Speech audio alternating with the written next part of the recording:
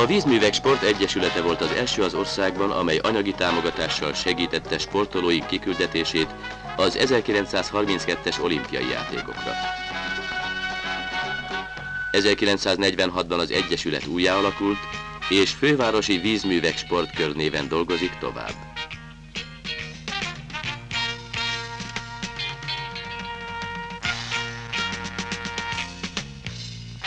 A sport nem csak játék, de olyan tevékenység is, amely biztosítja az ember testi és lelki működésének egészséges fejlődését. Ez a célkitűzés határozza meg ma is az Egyesület munkáját. Az elért eredmények, sikerek bizonyítják, jó munkát végeztek a szakosztály sportolói. Ez a film úgy akar emlékezni a múltra, hogy bemutatja a jelent.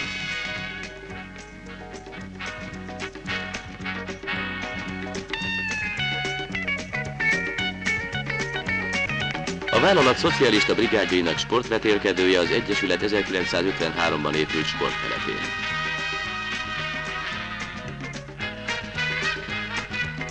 Lányok és fiúk a legkisebbekkel együtt várják a verseny kezdetét.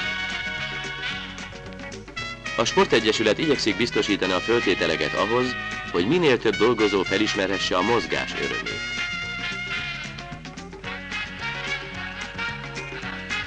A kis bőrlabda és a gránát becsapódásai bizonyítják, a versenyzők jól felkészültek a vetélkedőre.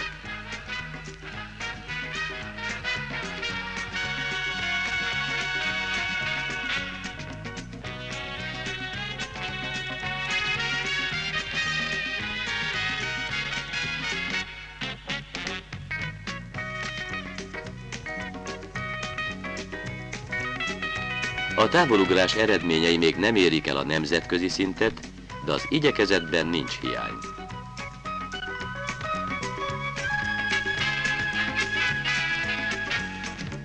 A jegyzőkönyvvezetés az öregek dolga, de örömmel végzik. Így is lehet emlékezni az eltűnt ifjúságra.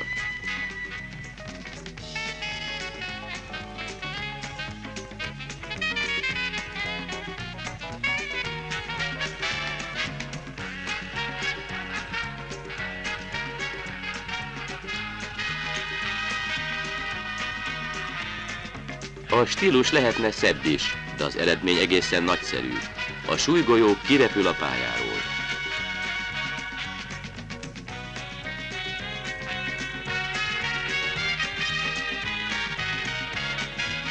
A díjkiosztás pillanata felejthetetlen.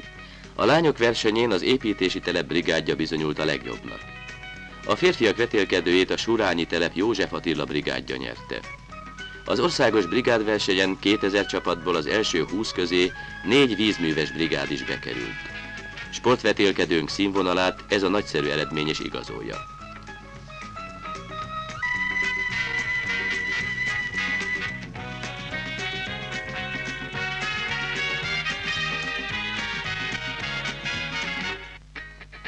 A Békásmegyeri üdülőtelep, a fák, a fény, a nyár csendes szigete, ahol a dolgozók százai találnak pihenést, szórakozást a Duna partján. A csónakház építését 1935-ben fejezték be. A természetjáró szakosztály túrakajakosai és kenusai itt találtak igazi otthonra. Nem is olyan egyszerű dolog egy vízitúra. Az előkészületekből is láthatjuk. A színes csónakokat kihozzák pihenőhelyükről, és ez a látvány önmagában is jelzi mindazt a sokféle élményt, ami a túrázókra vár.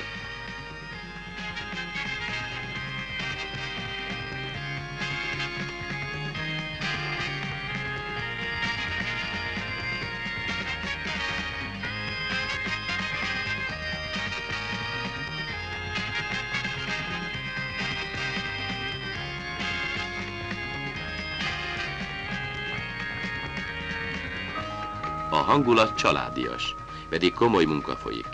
Szinte elképzelhetetlen, mennyi felszerelésre van szükség, amit szakszerű gondossággal helyeznek el a csónakokban.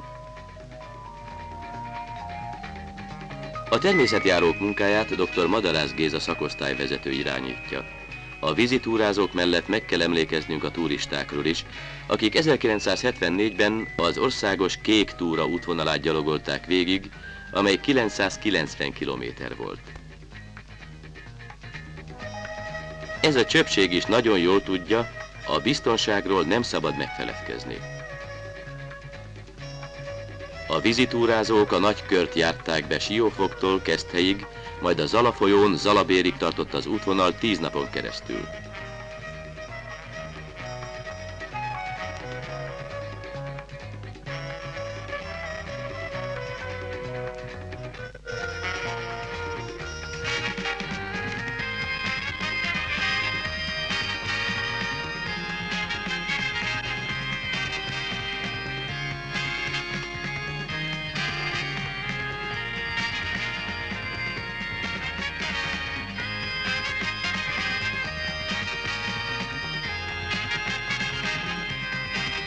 Lassan elérkezik az indulás pillanata. Kívánjunk jó utat vízre szálló barátainknak!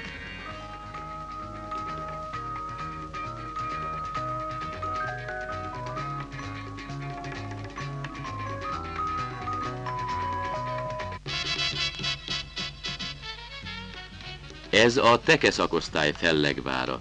1939-ben alakult, és ez a mai nap történelmi dátum a szakosztály életében. Fölavatják az öreg pálya mellett az újat. Nagy Miklós, a sportkör elnöke átadja a létesítményt Nagy Jánosnak, a szakosztály vezetőjének.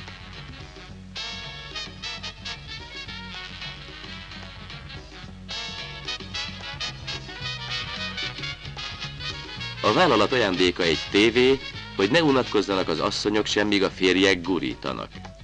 Klinkó Józsi bácsi a régi idők nagy bajnoka. Az első dobások az új pályán.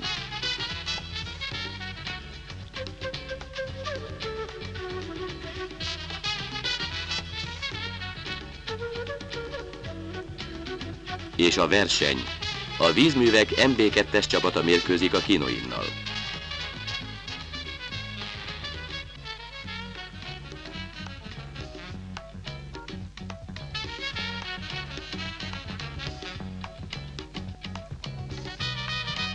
A fabábuk sorra ledőlnek. Ez a játék igazi öröme.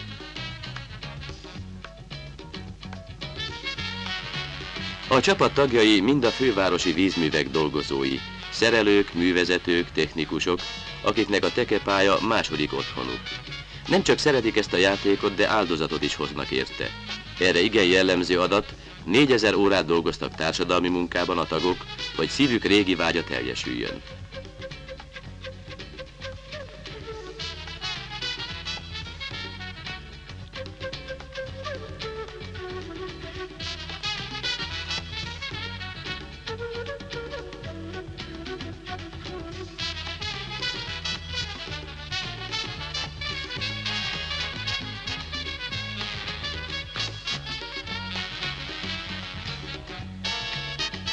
A versenytáblára fölírják a dobások eredményét, hogy vita ne lehessen. És ez a búcsú a mérkőzéstől, a pályaavatóünnepétől, ahol mindenki jól szórakozott.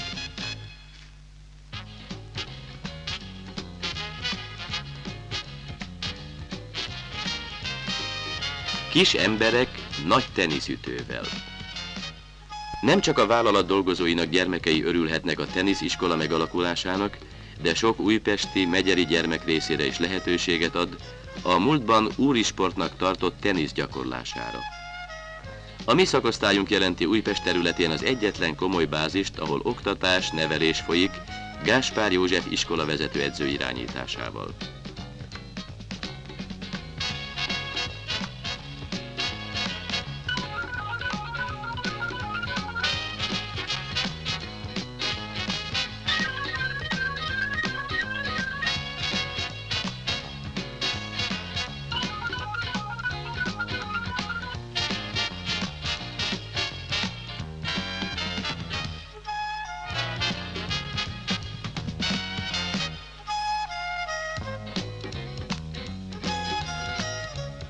Az ütés íve még nem a legpontosabb, de ezen ne csodálkozzunk, a tenisziskola növendékei most ismerkednek a játékkal.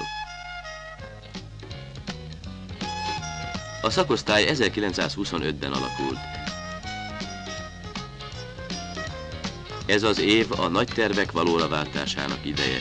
Az NB3-as férfi csapat mellett serdülő és ifjúsági versenyzők is küzdenek majd a bajnoki pontokért.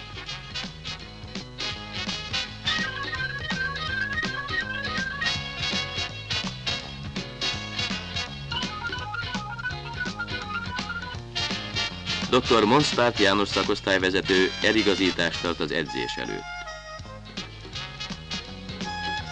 Az őszhaj a játék ragaszkodó szeretetét bizonyítja.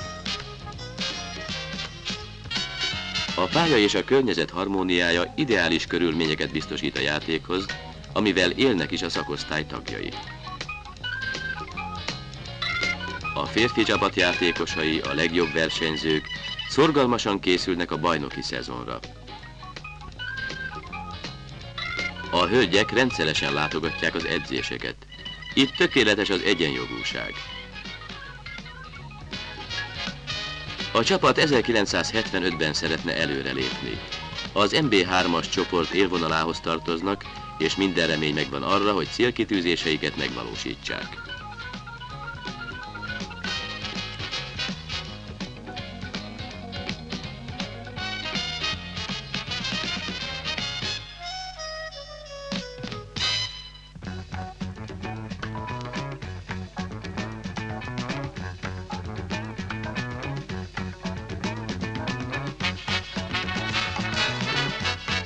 A labdarúgópályára nem ok nélkül büszkék a szakosztály sportolói. A gondozott zöld gyepszőnyegen élvezet a mozgás, a játék. A pályán nincs egy tenyérnyi kihasználatlan hely sem. A felnőttek, az ifik és az úttörők készülnek a bajnoki mérkőzésekre. Nem csak a felvevőgép bűvöletében dolgoznak ilyen szorgalmasan a játékosok. Rájöttek arra, hogy enélkül nincs eredmény. Országszerte a lazítás a legkedvesebb gyakorlat a labdarúgók között. Az edző is tudja ezt, türelmetlenül nézi az óráját. Már is jobban igyekeznek a fiúk. Időnként itt is szükség van a biztatásra.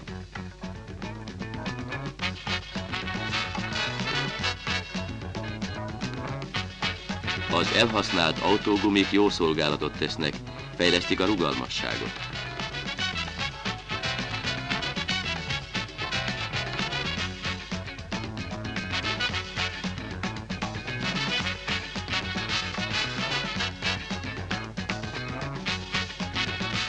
A sok gyakorlásnak biztos lesz eredménye, megtanulnak fejelni.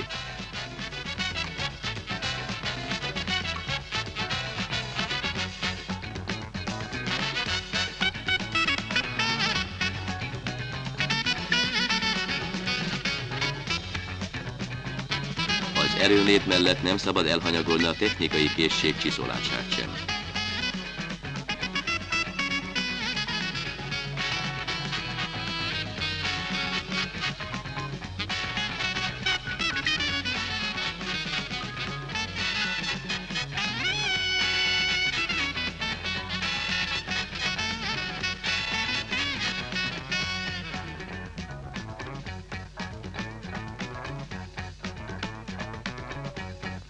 Staskó Zoltán szakosztályvezető ellenőrzi a munkát. Az öreg fiúk ezúttal kispályás mérkőzést vívnak egymás között, és bemutatják, hogy nem is olyan könnyű gólt lőni.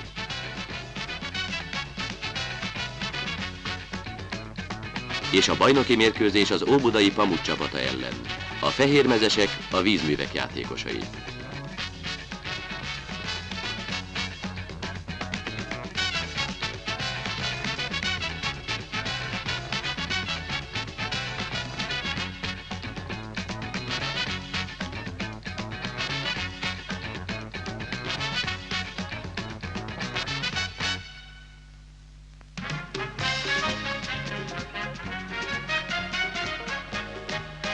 Dinamikus támadásokkal indul a játék. A lendület, az iram ellen nem lehet panasz.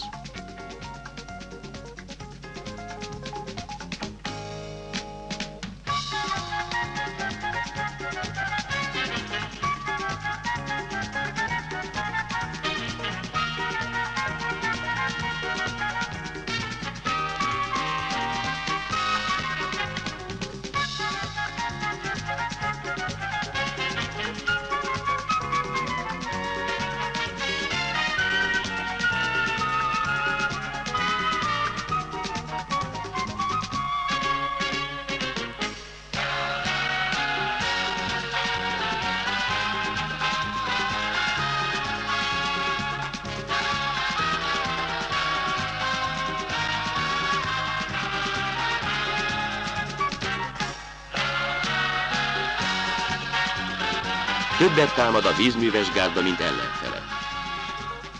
A szurkoló rágja a tökmagot.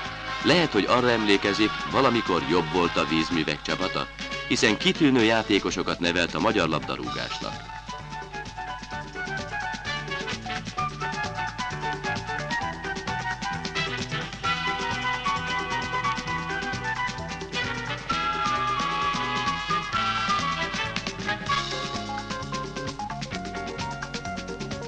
A lelkesedés, az odaadás igazán példamutató, de a kapu előtt megáll a tudomány, és az eredmény 0-0 marad. Reméljük, a sok gyakorlás előbb-utóbb visszahozza a régi idők sikereit.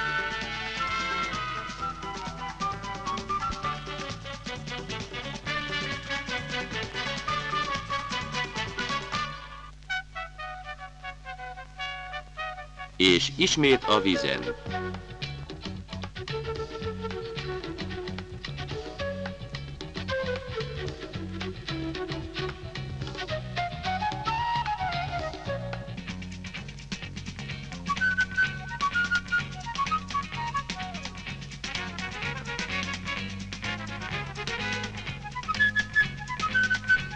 Ez a copfos kislány már nem csak szórakozásból húzza a lapátokat. Az evezős szakosztály 24 versenyzővel dolgozik, és szép eredményekkel dicsekedhet. Reisinger Ágnes magyar bajnok volt, és az 1970-es Európa-bajnokságon tagja a magyar csapatnak. A fiúk közül Hegedűs István nyert szintén magyar bajnokságot. Az evezés nem tartozik a könnyű sportok közé. A látvány, a hajók könnyed, harmonikus mozgása a vízen sok munkát, verejtéket takar. Szárazon is gyakorolni kell, hogy a vízen engedelmeskedjék a hajó a versenyzőnek.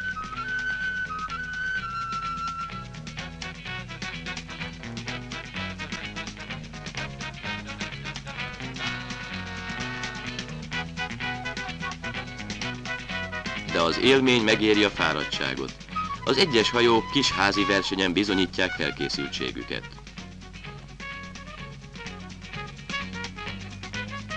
Bartyán Oszkár szakosztályvezető és Germán Otto edző irányításával jó munkát végez a 9 lány és a 15 fiú.